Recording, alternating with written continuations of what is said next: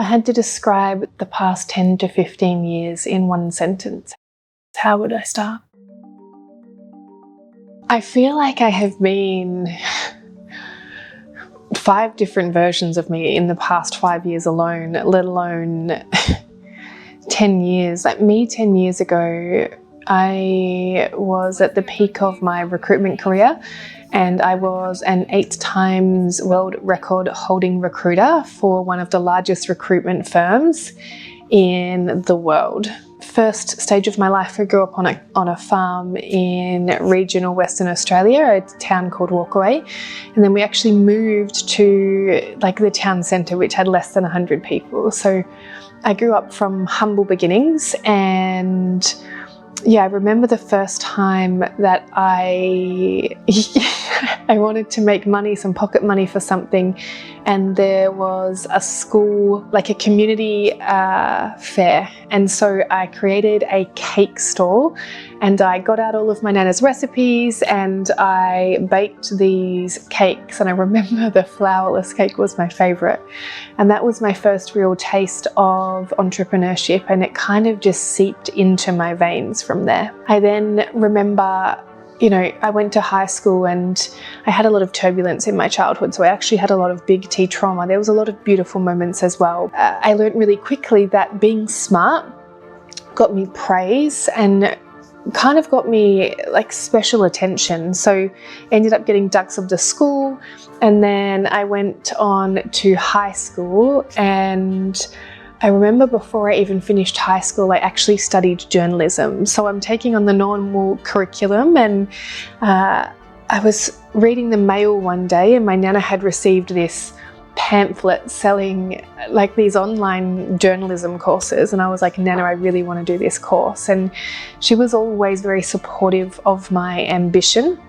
And so she paid for me in year 10 to complete a journalism course. And that's when I really got my first taste of something more than what mainstream was teaching us, something more than what we were being taught in schools and what we were told was possible. I actually moved out of home when I was 14 years old and was working in my first job at 13 years old. So I moved out of home when I was 14 to escape the abuse and the violence of our home, and moved in with a girlfriend of mine and started working at Woolworths. I then, stayed in school right up until year 11, but moved to Perth when I was 17 years old, and I landed my first job in real estate. And this is when I really started to get a taste for not only education in a deeper way, but sales and what it meant to be able to be in control of your own destiny. And I started to realize at this point, the harder I worked and the harder I studied, the more that was possible. And that's when it really started to embed into me that I could use my intelligence and use my work ethic to really get somewhere in life. So fast forward 4 years, and I've been doing real estate. I've been earning good money. I'm on like a $90,000 base in my early 20s. And this is like over 10 years ago. So great money plus commissions. And I really started to understand that anything was possible if I put my mind to it. And I've always been really fortunate that I've had amazing people around me guiding me on my journey, and I wasn't even consciously aware of it at times. But if I think back now, I think of my first job when I was 13, and I worked at a general store, and I had a gentleman called Edward who kind of mentored me as I cleaned his shop shelves. Then when I was 17 and I moved to Perth and I got a job in real estate, my boss at the time, Sven, really just took me under his wing. He paid for me to get my certificate in business administration, my real estate license, and really pushed me into wanting more for myself. And then fast forward 4 years, when I was doing real estate, I'm an executive assistant in real estate. I'm opening homes on the weekends, and I was really over getting dressed up every weekend, putting on a suit, going and opening the homes. And really, especially as a young early 20-year-old, it really was starting to take a drain on my life. So I was speaking to a friend at the time and she said, well, if you're good at sales, why don't you come try recruitment? And this was really when it started to take off for me. So I quit my real estate job, I jump into recruitment, and in the first 12 months, I hated it. However, I, again, had this really great mentor, leader. He was a director of the business unit that I was working for, and he wouldn't let me quit. He actually told my boss, my manager, so his subordinate, that he wasn't allowed to fire me, and he really helped me to, again, see what was possible. And so I started in recruitment in my early 20s, and after 12 months and a little bit of pain in the first couple of months, I started to really get it. And so I fast became their top biller, and I actually went on to win 8 world records in recruitment. And this is really where the possibility of wealth was shown to me, where I was earning multi-six figures, so between $500,000 to $700,000 a year as an employee on commissions. And this is where I really started to build the foundations of my business acumen. So even though I worked for one of the largest recruitment agencies, we essentially ran a business inside of a business. We were responsible for our staff, our budget management, our margins, our team members, and especially as you got promoted and grew in the organisation, you really started to take on more responsibility, even to the point where we started to run our own P&Ls. So this was my first taste at business, but it wasn't always smooth sailing. So I'm in this organisation 8 years in, and I've won all of these awards. I'm their top biller. I've built out from nothing a multi-million-dollar business unit.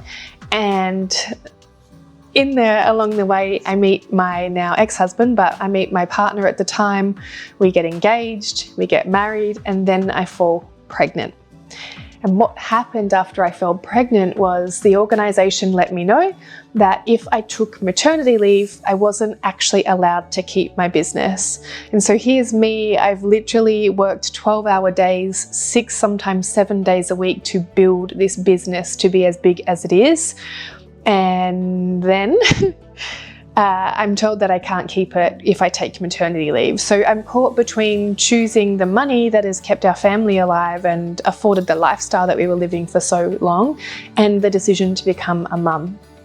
And so this is when I really started to realize that I'd been sold the dream of running my own business and having all of this responsibility, but actually it wasn't mine, and I couldn't make the ultimate decisions that I wanted to. And this is when I started to invest time, money, energy into more mentors, and actually started to listen to the likes of Grant Cardone, Aaron Sansoni, and really started to realize that I could be more than just an employee.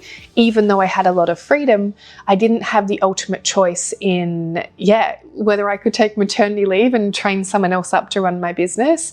And really, it was the ultimate decision that I had to make, to stay comfortable and well paid, or choose to step into more, choose to step into what I knew I was here to do. And again, grateful for all of the mentors and borrowing belief from big names such as Aaron and Grant Cardone. So I then went and had my son. I only took 6 weeks off, and actually then came back to work and put him in daycare. Now at the time I had very different values than the values I have now, but I was scared that if I took any longer, and I was told that if I took any longer, that I wouldn't have the business that I had spent so long building. And so this was the first decision that I made to actually step out and start my own business. So with a 6-month-old on my hip, and then husband that was really loved safety, he wasn't a risk taker, I just found this belief inside of myself that anything was possible. I then quit my job and my high-paying 6-figure salary and started a business with a business partner. So here I am, 30 years old and 6-month-old, and I've joined this gentleman who has promised me the world. I'm promised 25% shareholdings. I've executed a shareholders agreement, and over the next 18 months I build that organisation from nothing to 60 million in turnover. I build out a team, so we have permanent recruiters inside of that business. We have admin. I basically build this whole business with the belief that I am a part owner. And this was one of the most expensive and painful lessons as a naive first-time business owner, because what actually happened inside of that partnership is he never executed the shareholders agreement. And essentially by the time that I discovered this, I'd already built the business, and essentially after the 18 months I'd hit the target that I promised him, and I started to ask for dividends and he started to avoid the question. The biggest lesson here was not to be so naive, but I was just so grateful at the opportunity. And yeah, I really kind of just went in with rose-coloured glasses. We also had an executed shareholders agreement. However, it was never lodged with ASIC, something that I wasn't aware needed to happen. I just thought a shareholders agreement was a shareholders agreement. And this was my first, big lesson in business. And even though I was on great salary, great commissions, I wasn't actually a business owner. And that was the whole reason I'd left my comfortable job, earning multi-six figures as an employee. And yeah, it was the beginning of me realizing that sometimes in business, we have to muster this belief and self-knowing in order to move through difficult moments.